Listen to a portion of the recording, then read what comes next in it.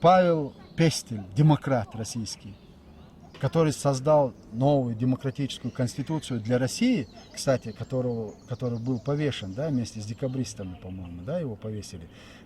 В новой конституции у него, знаете, какая была концепция по отношению к чеченцам? Разделить чеченцев на буйных и мирных. С мирными договориться, а буйных покорить или истребить, оставшихся расселить по всей Великой России, а Чечню заполнить российскими гражданами, завести другое население и навеки создать там благопристойный российский регион. Путин, вернее Сталин, практически просто один к одному скопировал Павела Пестеля, когда они нас решили полностью избавиться и депортировали. Да? Дело не в том, что русские хотят спасти чеченцев от неминуемой гибели, если они признают независимость. Дело в том, что сегодня они сами даже не могут объяснить, почему они держатся за Чечню. Но я знаю, у меня есть этому объяснение. Я абсолютно уверен, если кто-то хочет подискуссировать на эту тему, я готов с ним дискутировать. Дело в том, что начиная вот еще с царского времени, вы возьмите военных, российские военные генералы, они свое имя делали на этой войне, на войне в Чечне. И это продолжается по сегодняшний день. Все российские герои сегодняшние, они звание героев получили именно за войну в Чечне. Все высокие звания они получили там. Все, что они приобрели политически, материально, это все приобретено за счет войны в Чечне. И вот новое поколение генералов, почему сегодня мы ожидаем третью военную кампанию, потому что подросло новое поколение военных за эти 25 лет. Те, которые получили, они уже как бы кто в отставку ушел, кто на пенсию ушел, кто вообще умер. И теперь есть новое поколение военных, которые должны себя проявить и показать. В Сирии они себя не проявят. Но в Украине тоже особо не разгуляешься. Там дали так по башке, что они отпрянули и теперь особо не рвутся туда. Да? Самое безнаказанное и безболезненное для них отрабатывать и делать военную карьеру место – это Чечня. И сегодня Чечню готовят для третьей войны. И в образе врага воспитывают Рамзана Кадырова, которого необходимо будет покорить, которого необходимо будет войной заставить подчиниться российским законам. То есть вот Чечня стала как бы кузницей для российских героев и российских генералов. И она служит им на протяжении последних 300 лет. 300-400. И поэтому главная причина в том, что почему они не отказываются, потому что территории, если брать, если нет, ну, вы знаете, по сравнению с нефтью, с российской нефтью, это мизер, ничего не значащий для России, российского общества, государства. Территория, 14 тысяч, они Китаю отдали 10 раз, когда проводили размежевание, они дали 10-20 раз больше территории, просто отпустили. Вопрос даже не в этом. И не в территориях, да, и не в нефти. И, естественно, остается одна тема, один вопрос. Это вот то, что они воспитываются, учат своих военных.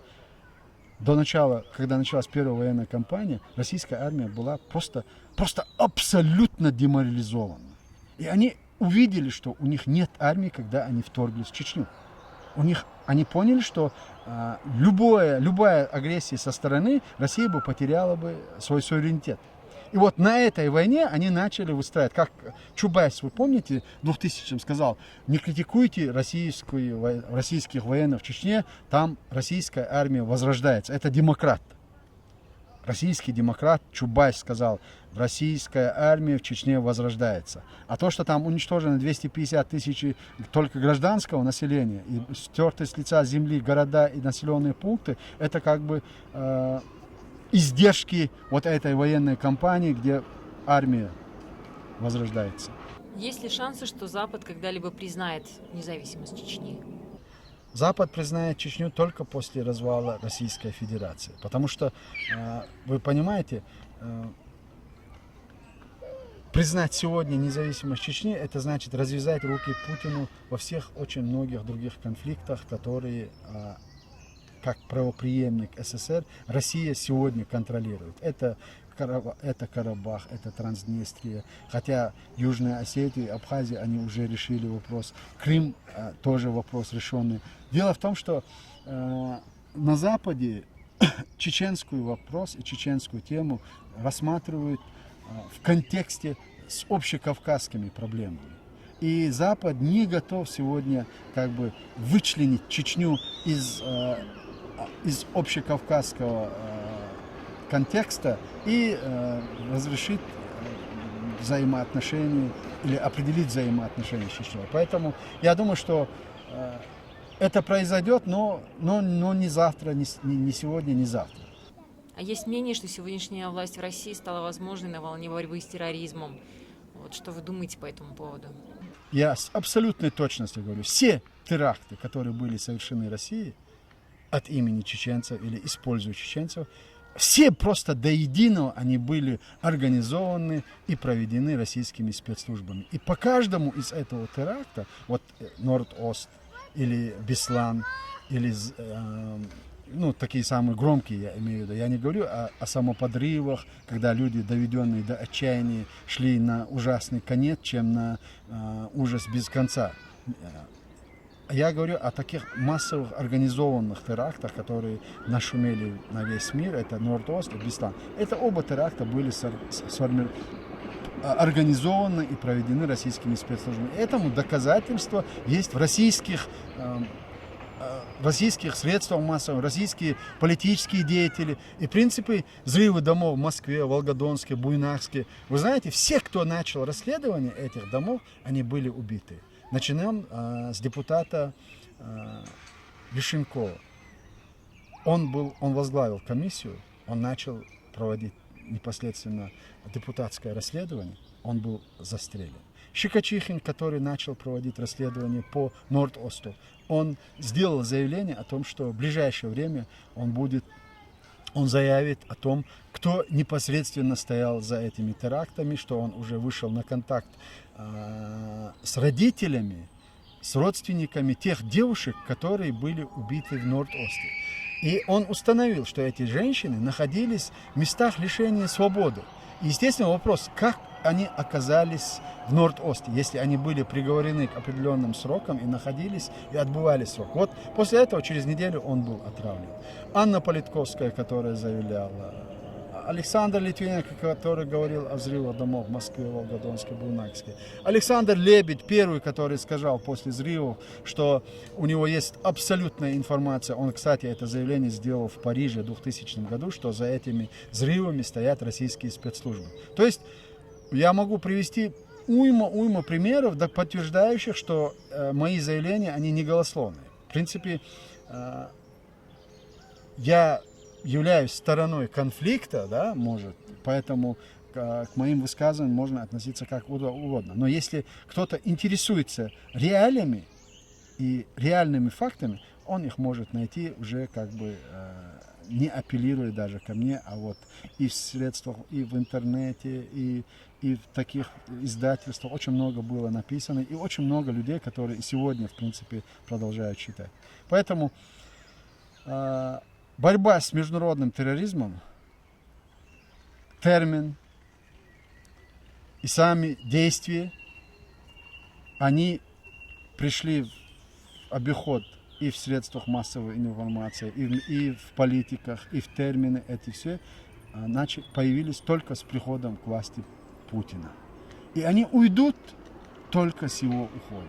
Просто вы вспомните повеление Путина и первые его заявления, и первые его высказывания. И с этого времени, в принципе, когда в 2001 году произошло событие в Америке, буквально за 3-4 месяца до этого, вы знаете, что американцы, в принципе, с самого начала не поддерживали терминологию Путина относительно Чечни, что Путин ведет международную, что Путин ведет войну против международного терроризма в Чечне. И из ближайшего окружения Путина просто сказали, что ничего, мы заставим Америку взять нашу сторону в этом конфликте. И, в принципе, когда произошел теракт в Нью-Йорке, первое, что Путин сделал, если вы помните, первым он позвонил Бушу, и первое его программное заявление, он сказал, что Россия готова вступить в международную коалицию по борьбе с международным терроризмом вместе с Соединенными Штатами Америки, но взамен она требует, чтобы Соединенные Штаты Америки рассматривали события в Чечне в контексте борьбы с международным терроризмом. Это заявление в прессе. Потом Кондолиза Райс. И, кстати, тут же они нашли какие-то в подвалах у боевиков схемы Боинга, как они учились, там прочее. После этого Кондолиза Райс сделала заявление, что законные требования чеченского народа не могут американцами быть рассмотрены в контексте борьбы с международным терроризмом. То есть все эти моменты Путин всегда пытался увязывать Чечню, события в Чечне с международными проблемами. И после этого понемногу ему в чем-то повезло, что-то ему удалось сделать, и что-то не получилось до тех пор, пока он не снял маску в конце 2014 году, когда он захватил Крым. И только после этого международные политические деятели увидели лицо настоящего Путина. Хотя мы им говорили, какое оно настоящее лицо еще с 99-го года, с 2000-го, но нас никто не слышал. Беда или Путин страшен не тем, что он есть, потому что один человек, после даже у него очень долгая политическая жизнь, она обречена на конец когда-либо, это заканчивается. Но если Путин, Сталины, Брежневы, если они востребованы обществом, вот это беда. Это страшная беда, это трагедия. Вот то, что мы имеем в России. Проблема в России не в Путине. Проблема в России в сознании этого общества, которому нужен Путин. И Путин, кстати, в 2000 году, первое его появление, почему? Чтобы меня не обвинили в предвзятости, я хочу просто цитировать этих людей. Путин, когда разговаривал с Доренко, с тогдашним журналистом, Доренко ему сказал, как народ к этому отнесется. Обсуждали какую-то тему, и Сергей спросил, а как народ к этому, люди как к этому? И он сказал, Сережа, народ у нас правильный. Это его фраза. И вот с этого момента этот господин хороший, который занял Кремль, захватил, в принципе, Кремль, подбрасывает необходимый материал этому правильному народу, чтобы поддерживать свой собственный рейтинг и творить то, что он творит. В нормальном обществе, чтобы сегодня, видя вот этот контраст между бедностью и богатством, в нормальном обществе давно был бы социальный взрыв. А вы знаете, в России к этому относятся абсолютно нормально, потому что Путин им подарил Крым, который им не нужен был на 100 лет. Путин развязал войну на востоке Украины, который им не нужен на 100 лет. Но он их кормит. Вот это правильное общество питается вот этими политическими заквасками, которые им подбрасывает Путин, при том, когда его окружение становится мультимиллиардерами, и они захватывают весь мир. Существует ли идея, способная объединить Кавказ? Национальная идея чеченская, она в принципе трансформировалась в общекавказскую национальную идею. Давно уже, хотя она была использована и очень в извращенной форме представлена в качестве Кавказских Эмиратов, который был провозглашен по проекту ФСБ, был провозглашено доктором Умаровым. Но сама идея, она витает, и она будет витать до тех пор, пока она не реализуется. В принципе, за эти годы, 20 лет войны между Россией и Чечней, и произошла вот эта трансформация чеченской национальной идеи, общекавказскую национальную идею. И в этом не только, хотя попытались ФСБ и те, кто стояли, авторы вот этого Арабских Эмиратов, вернее, Кавказских Эмиратов, они попытались сформулировать это чисто на религиозной основе, на исламе. Нет, да, естественно, это как бы цементирующее это, потому что большинство народов Северного Кавказа, они исповедуют ислам. Но это не значит, что кавказцы вели когда-либо или могут вести между собой религиозные войны. Никогда этого не было, потому что Кавказ, он существовал до появления вообще каких-либо религиозных течений и движений на Кавказе. И была общность, была консолидация, именно кавказская консолидация, за счет чего и это общие традиции, кавказские обычаи и прочее, прочее, прочее. И сегодня очень много общего, объединяющего, помимо религиозного, в быту и в культурах кавказских народов.